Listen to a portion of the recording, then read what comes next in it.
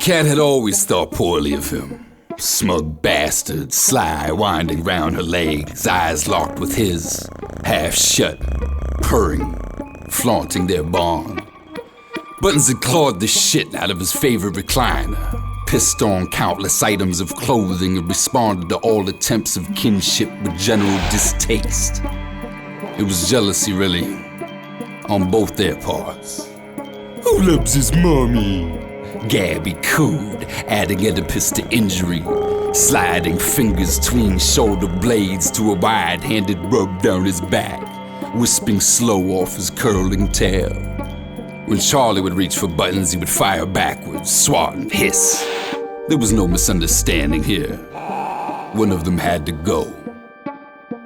It was a hidden feud composed of subtleties apparent only to the two involved.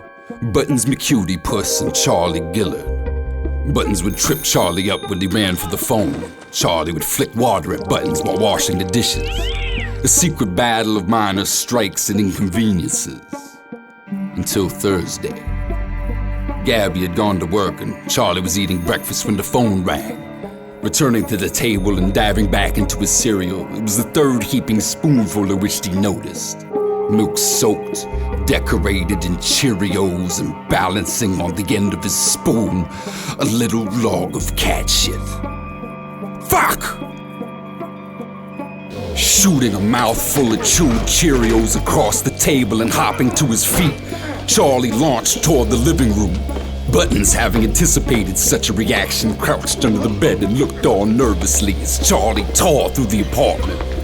Grumbling, tossing pillows and blankets, lifting furniture until on his knees and peering under the bed, they were eye to eye. Buttons played tough, clawing at the madman's hand as it reached and swung furiously. Fuck! Charlie, pulling back his scratch-speckled arm, retreated to the kitchen, relieved himself in Buttons' food bowl, and went to work. That's weird. Sharon from accounting was the first to notice. Look at that squirrel. He's just staring in the window.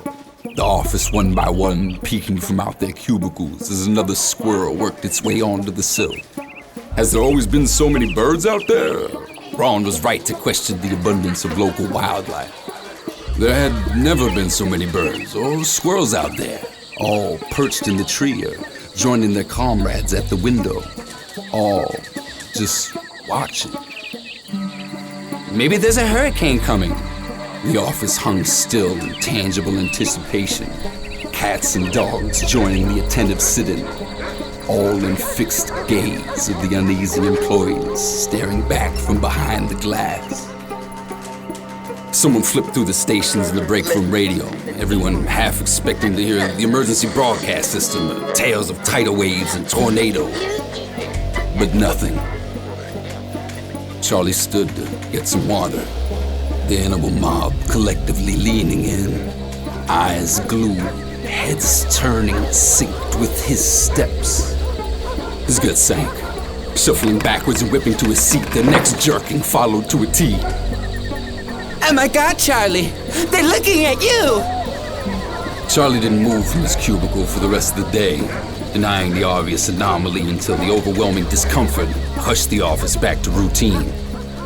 Soon after, the crowd of critters had dissipated as well, but their point had been made. Charlie was a marked man.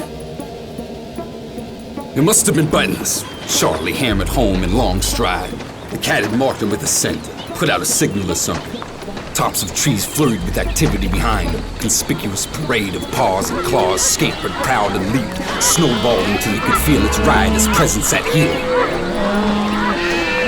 Stomping abrupt and spinning to face his assailants, the ragtag stalkers sat calm.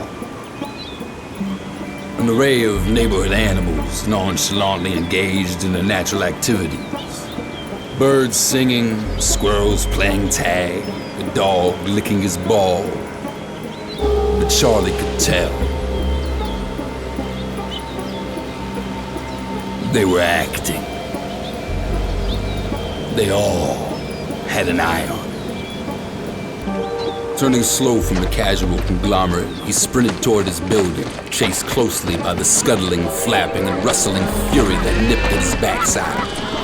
Fiddling with his keys, he vaulted up the stairs, unlocked the door, and slammed himself in. His pursuers barking, pecking, pawing, and gnawing in vain attempted entrance. It was that fucking cat! What did he tell them? Catching his breath, creeping toward their apartment, he entered quietly. There he was, just lying there, sleeping on the couch. Charlie bolted into the living room, scooping Buttons up underneath his furry little arms and slamming him against the wall. What did you tell them? Buttons wiggled and moaned, fell to the floor, hobbled his way to the embrace of an awe-stricken Gabby Farquhar. Jaw dropped, wide-eyed, she lifted the disoriented cat, backed away.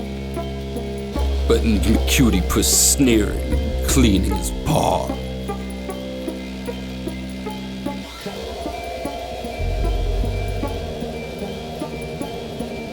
She had made her choice. He moved out in armfuls, mumbling excuses to a closed door, dumping his stuff in a grocery cart outside. He tried friends' couches, but had been taunted by ferrets, lizards, or parakeets. Shadowed by an ever-growing swarm of pets, strays, park, and street animals. Until he gave up.